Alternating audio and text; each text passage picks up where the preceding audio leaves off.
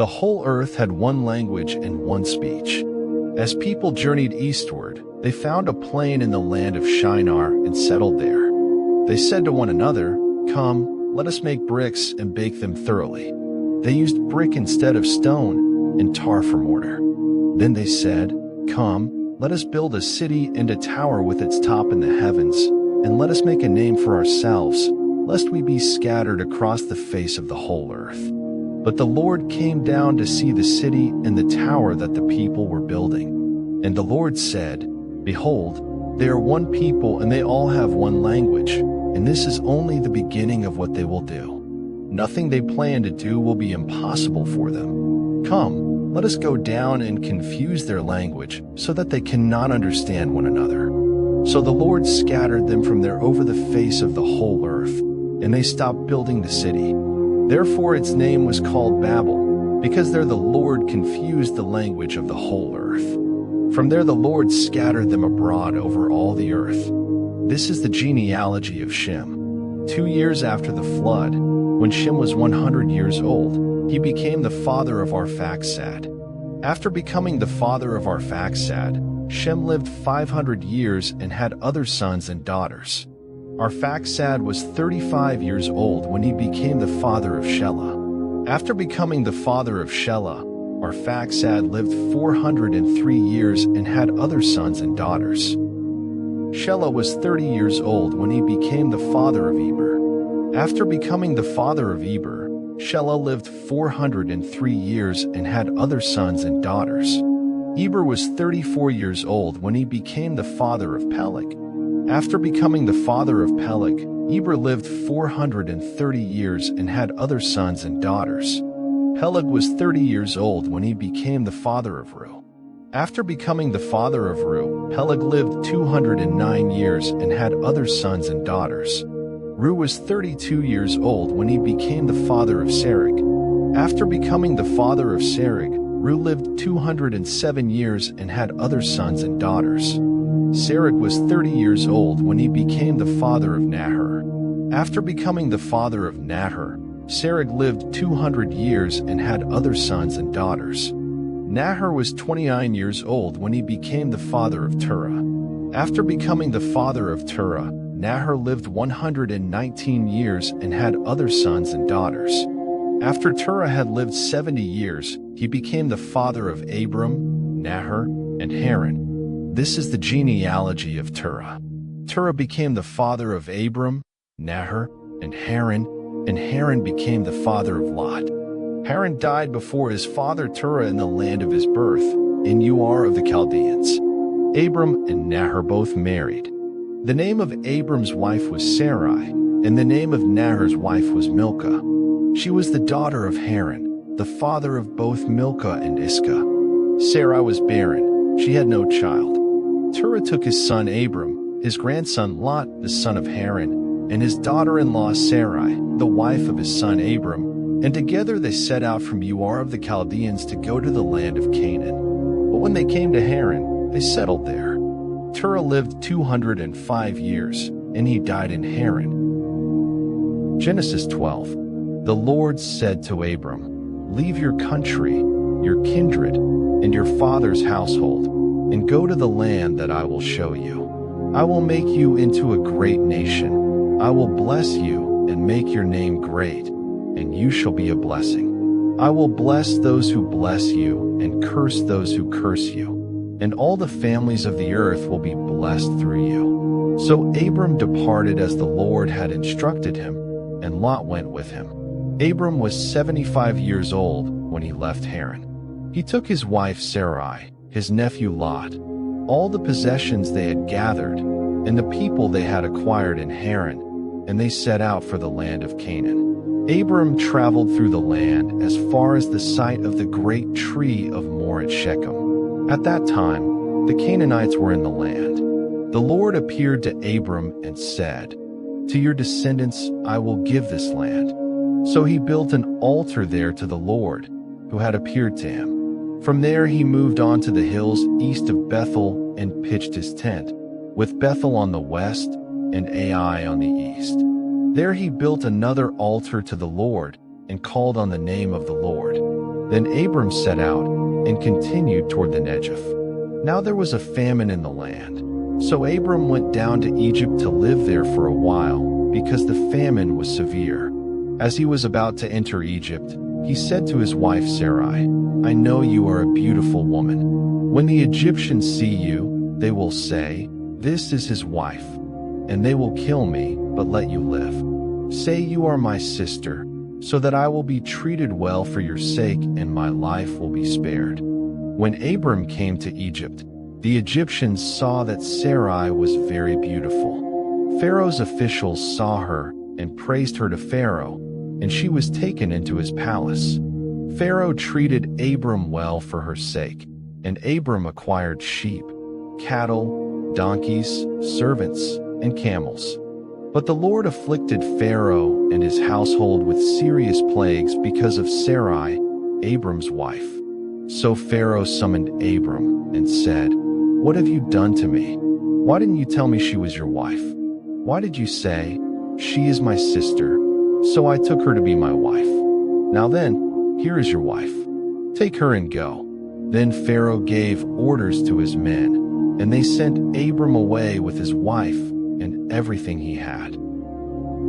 Genesis 13. So Abram went up from Egypt to the Negev with his wife and everything he had, and Lot went with him. Abram had become very wealthy in livestock, silver, and gold. He went from place to place until he came to Bethel, to the place between Bethel and Ai, where his tent had been earlier and where he had first built an altar. There Abram called on the name of the Lord. Now Lot, who was moving about with Abram, also had flocks and herds and tents. But the land could not support them while they stayed together, for their possessions were so great that they could not stay together. And there was quarreling between the herders of Abram's livestock and those of Lot's.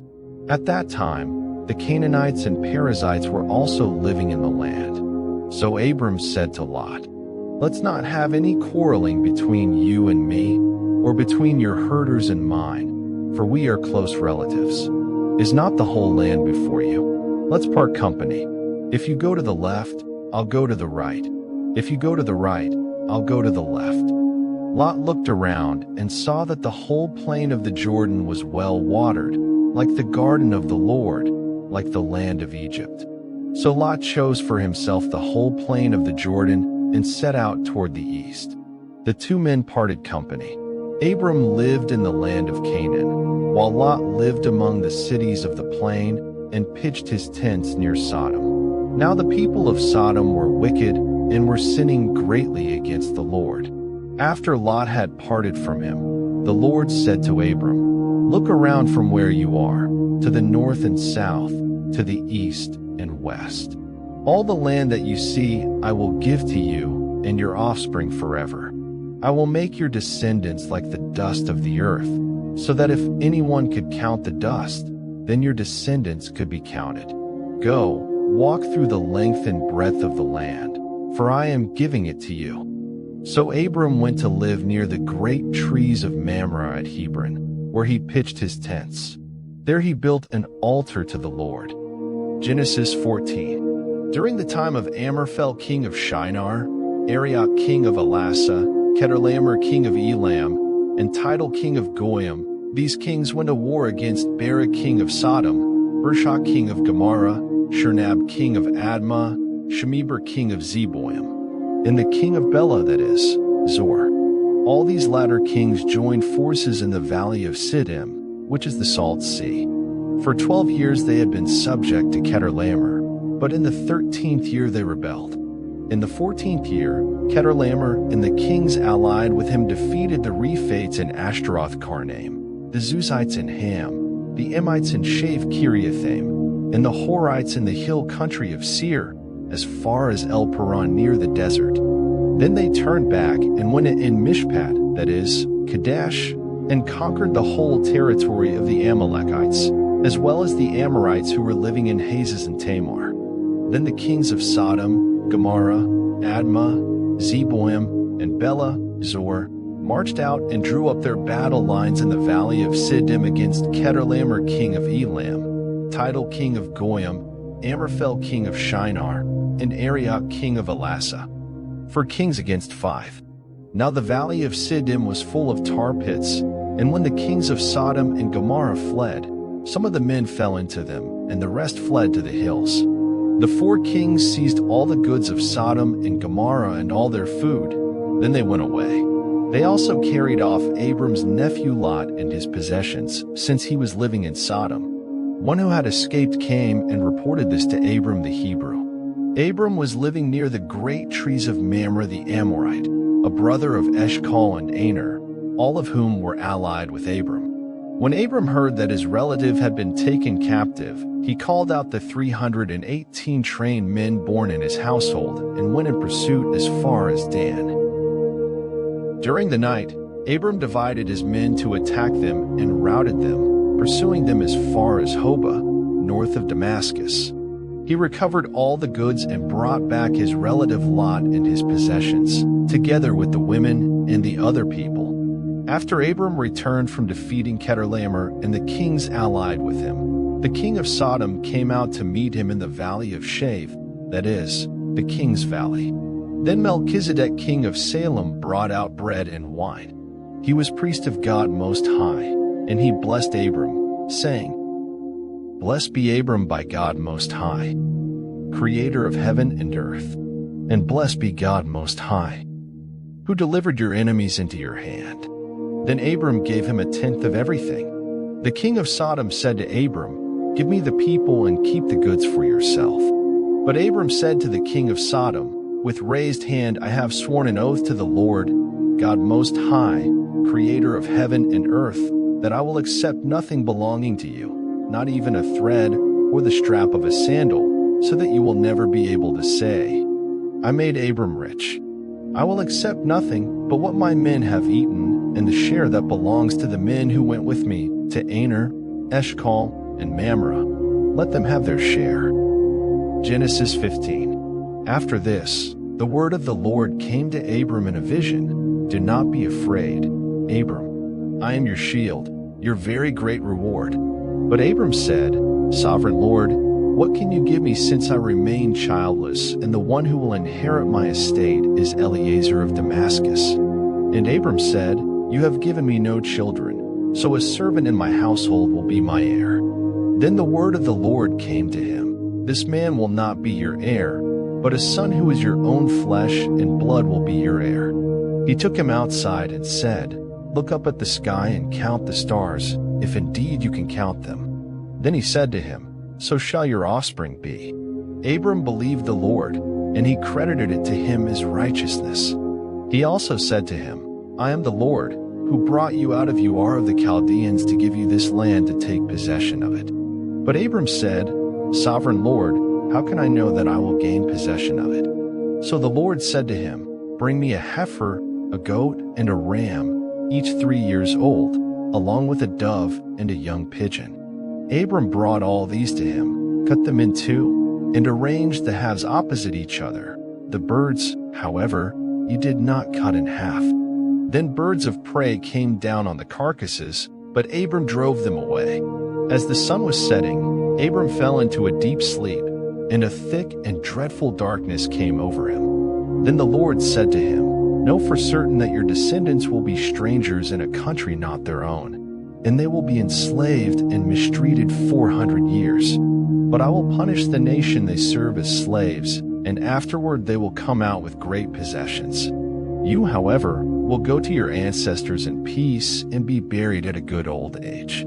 In the 4th generation, your descendants will come back here, for the sin of the Amorites has not yet reached its full measure."